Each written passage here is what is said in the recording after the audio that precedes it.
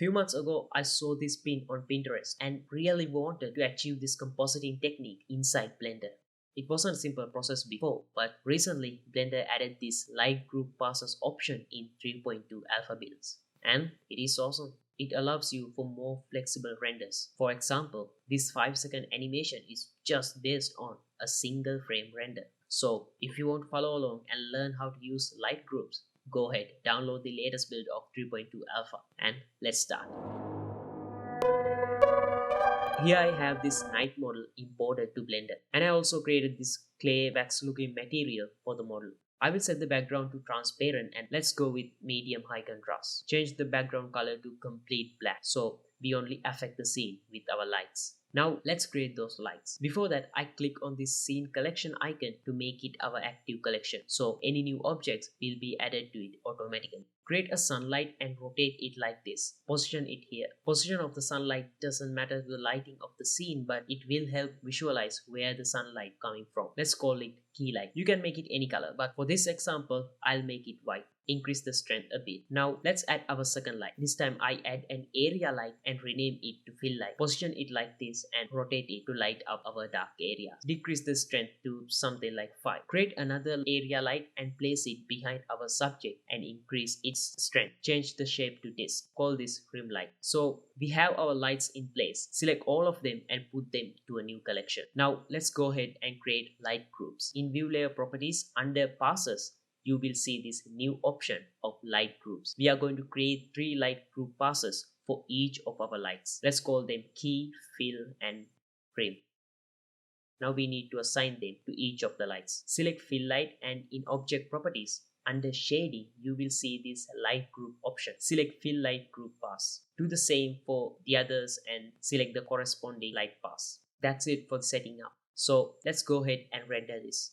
Now go to compositing and enable use nodes. You will see this big node containing all the passes you enable. Hit Ctrl Shift right click to get a river node. Here in the bottom of this render layer list, you will see our light passes. And each of these passes only contains the lighting data of lights which are assigned to each of these passes. But here you can see it didn't come with denoising applied to it. So let's add a denoise node and plug the necessary inputs.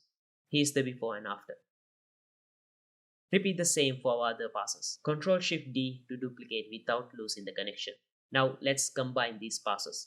Use a color mix node and set it to add and plug our fill light to the second slot. Then add our rim light. You may ask, what's the point? We already have that pass with a transparent background. Well, before I show you why, let me change our background color. Use color mix node and change it to mix. Plug the alpha to the factor and change the background color by changing first input. You know what? I want to see more shadows in the model. Let's decrease this. Look at that. Can you do that with the initial combined render pass? No, you can't. Unless you re-render. Well, what if I want to bump up my rim light? Simple. Use an exposure node. Can you do that with the initial combined render pass? No, you can't. Unless you re-render. So let's say you are doing a render for a client and he's like, I don't like that color. No worries. Use a mix node. Change it to multiply and change the color to any color he asks. Can you do that with the initial combined render pass? No, okay, you get the point. Let's do the same for our other lights. And if you set your initial light colors to not white, then using RGB curves or hue saturation nodes, you can get a similar result. See, this is what great about light groups. It saves you times and effort by making our renders more flexible. And if you are interested about how I did that animation, what I did was I used a file output node, and in the node properties, select a location. Create inputs for each passes. Here I use PNG and color mode of RGBA to include alpha as well. You can use other formats like TIFF or multilayer EXR, but here I just use PNGs.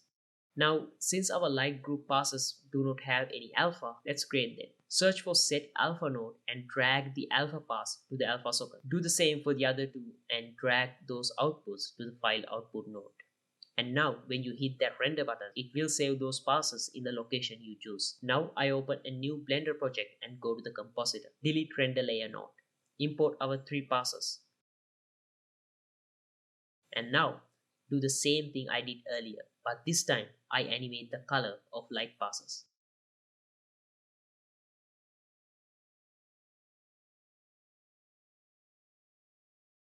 add a background color too. Change the resolution if needed and hit Ctrl F12 to render out the animation. Just before I leave you guys, I need to mention that this is still in the alpha version, so things can be changed. So far it looks great, but I found it's not working whenever you have a shadow catcher object in the render, and also it's not really working when using an HDRI to light the scene. So that's it. That's it for today's video. As usual, all the tutorial files and demo project files will be available on Patreon. If you like to support the channel, that is the best way to do so. So I hope you learned something cool, something new. I mean, that's what we like to do. We not only create stuff, we like to create with us. Hit that like button, comment your thoughts below, and don't forget to subscribe to HelloFX Learn so you won't miss out when the next video drops. So, until next time,